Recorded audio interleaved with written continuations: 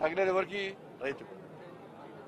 రైతుల మీద కోడిగుడ్లు పడ్డాయి, రైతుల మీద రాళ్ళు వేసిర్రు. మా చేతిలో రాళ్ళు, వాళ్ళే రాళ్ళు తెచ్చిర్రు, రాళ్ళు తెచ్చిండు, కోడిగుడ్డు తెచ్చిర్రు, రైతుల మీద వేసిర్రు. మళ్ళా దొంగే దొంగ అన్నట్టు మేము రైతుల మీద దాడి చేస్తామట. రైతులు కరోనాకి వచ్చింది మేము. మీరు కిరాయి గుండాలను పెట్టుకొని కిరాయిలను తెచ్చుకొని మందాగిచ్చి 200, 300, 500, 1000 ఇచ్చి రైతుల మీద దాడి చేయించే రైతుల కోసం పోయింది మేము. రైతులకు వానాకాలం పంట కొనకుండా అన్యాయం చేసింది మీరు. ఇలా వర్షం పడ్డది, ఇలా రైతుతో మాట్లాడుతుంటే వర్షం పడ్డది. పరిస్థితి ఏం చేయాలా? రైతులు చెప్తారు, సార్ ధాన్యం దర్శింది సార్, ఏం చేయాలి మేము? నేను లోలేదు సార్ రాక, నేను లో నుంచి కాంటాక్ట్ పెడతలేరు సార్, క్యూన్ అంటుంది సార్, వాళ్ళ పాటలోకి ఇస్తున్నారు, మాకు ఇస్తలేరు సార్. వాళ్ళ మంచి ధర్నాశ్రమం చేయమన్నామా? పాలమూరులో ఏమంటున్నారు? పక్క రాష్ట్రం పోయి అమ్ముకుంటున్నారు ధాన్యం. మరి దీనికి కారణం ఏంది? వానాకాలం పంట కొంటారని చెప్పి మంచిగా ధర్నాశ్రమం మొత్తం టీవీలో వచ్చింది, పేపర్లో వచ్చింది. దానికి కారణం ఎవరు? ఇవన్నీ మేము అడుగుతుంటే మనం వేరే అడుగుతారు. ఇప్పుడున్న ఏడుపు అంటే మళ్ళీ ఏదో తీస్తారు.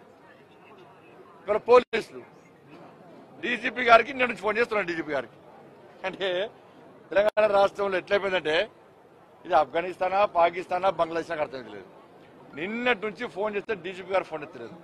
ఈ రోజు కూడా మా ఎమ్మెల్యేలు ఫోన్ చేస్తున్నారు, ఎవరు ఫోన్ చేసినా ఫోన్ లిఫ్ట్ అయితే డీజీపీ గారు. మన అంత బిజీ, వారికి కూడా ఎందుకు అర్థం కాలేదు.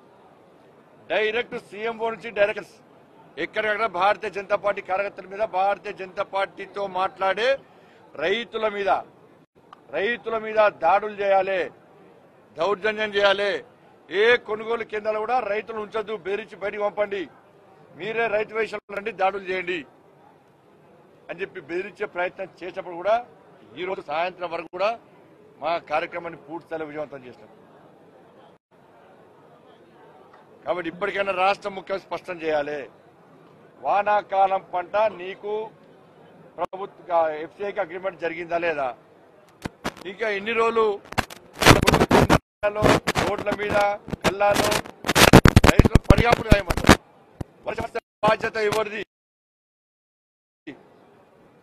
దాంతో పాటు ఈ రోజు కూడా మేము కాన్వాయ్ మా కార్యకర్తలతో వస్తుంటే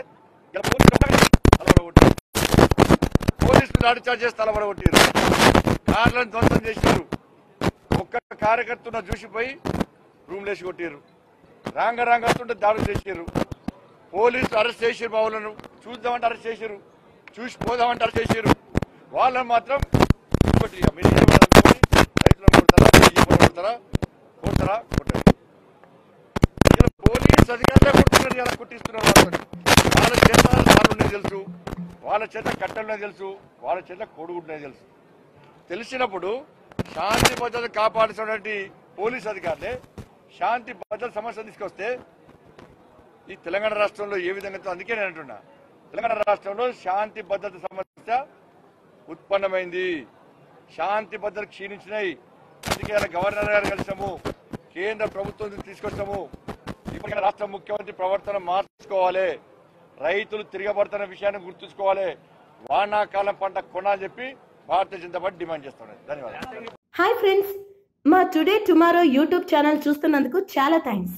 మరిన్ని లేటెస్ట్ వీడియోస్ కోసం వెంటనే సబ్స్క్రైబ్ చేయండి. అలాగే ఈ బెల్ ని కూడా రింగ్ చేసేయండి. మా నోటిఫికేషన్స్ అన్ని మీ మొబైల్లో వస్తాయి. అలాగే మా వీడియోస్ మీకు నచ్చితే లైక్ చేయండి, షేర్ చేయండి, నచ్చకపోతే కామెంట్ చేయండి.